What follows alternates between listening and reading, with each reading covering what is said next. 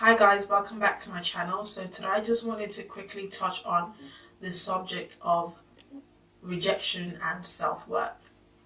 Now, I've personally experienced rejection and I can testify to the fact that it is not the easiest thing to deal with mentally or emotionally. It brings up these really ugly feelings of self-doubt. You question yourself, second guess yourself, you know, feelings of insecurity, basically. Like, what is wrong with me? What is it about me that's making this person not want me? But what you need to ultimately realize is that it really has nothing to do with you. It's more of a reflection on them as a person and how they feel. The same way that you can only be accountable for your own feelings is the same way in which you can't hold yourself accountable for how they feel. You can't control how someone else feels. And I feel like sometimes when we experience rejection, we, catapult into this phase of obsession, like, how do I make this person see that I'm good enough?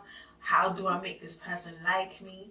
But that's not possible. If someone is not attracted to you, if someone doesn't love you, in the way that you love them, you can't control that. That's on them. You can only be responsible for you and how you feel. Sometimes we also tend to get caught up in the need for closure. Now, the problem with this is that you're basically putting yourself in a vulnerable position where you're having to relive the pain, relive the rejection, and you're basically causing more harm to yourself emotionally and mentally. You're making it harder for yourself to deal with the rejection, harder to move on from the rejection. I like to look at it this way. It's a blessing in disguise, honestly. Sometimes God has a funny way of showing us the people that are meant to be in our lives and the people that are not. Sometimes we have to experience that pain in order for us to appreciate the better person that's going to come along. Sometimes we do have to go through the storm, to appreciate the calm. And I feel like that's a really good mentality to have when you're dealing with something as ugly as rejection. You have to ask yourself this sometimes. Would you rather invest your time in someone who's not willing to love you back? Or would you rather invest your time in someone who's saying, you know what, I see you, I see the good in you, I see the bad in you, but I'm still willing to accept you. I'm willing to choose you to be mine. I'm willing to choose you to be my woman. I'm willing to choose you to be my man. The best way of moving on from rejection is to love yourself. I feel like sometimes we forget to love ourselves, and it makes it difficult for other people to love us, especially when they can see that, okay, you don't love yourself. Because it's like, okay, you don't love yourself. How do you expect me to love you?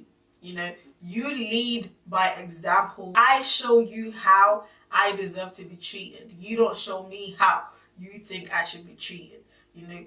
If you treat me better than I treat myself, even better. But ultimately, it's up to you as a person to show other people how to treat you. You also need to understand that you are enough. You are enough for the right person. I can't emphasize this enough. You are enough for the right person. If it's the wrong person, best believe you're never going to be enough. Ever. There's nothing that you will do, there's nothing that you won't do that will make you enough. They're always going to need something more, want something more from you.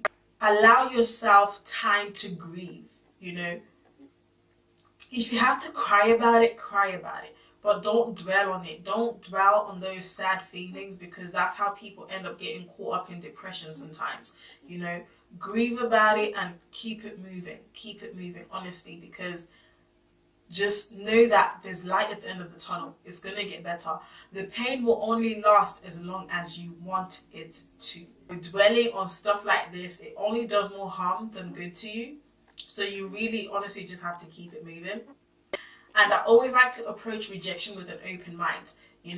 Just because you're ready to be in a relationship doesn't mean this other person is ready to be in a relationship. Maybe it's not even the fact that there's something wrong with you. Maybe they just have a lot of things that they're dealing with personally. Maybe they have a sick relative or something, and being in a relationship right now is just not a priority. So You know, we all have different priorities. We're all going through different struggles in our lives, and we have to respect that. The best thing you can do for yourself is to just work on being secure in who you are. And I feel like this is a constant thing that we need to do, practice in our lives, because it's not just in personal relations that we experience rejection. Even in business, people experience rejection. If I'm selling you a product and you don't see the value in this product, does that then decrease the value of my product? No, it doesn't. It does not. You know, you keep it moving until you find someone who's willing to invest in your product, until you find someone who sees what you see, someone who values your product in the same way that you do. Funny enough, I read a quote the other day, and I believe it went something like, you know, I know what I bring to the table, so trust me when I say I'm not afraid to eat alone. And it really struck a chord with me, you know. And I'm like, I'm challenging you guys. Be that man. Be that woman that is so secure in themselves that you are not willing to settle for less than you deserve. Love yourself, appreciate yourself, and the right person is going to come along. There's always light at the end of the tunnel, and I just want to encourage you guys, if you are dealing with rejection right now, grieve, deal with it, let it go. Something better is coming your way.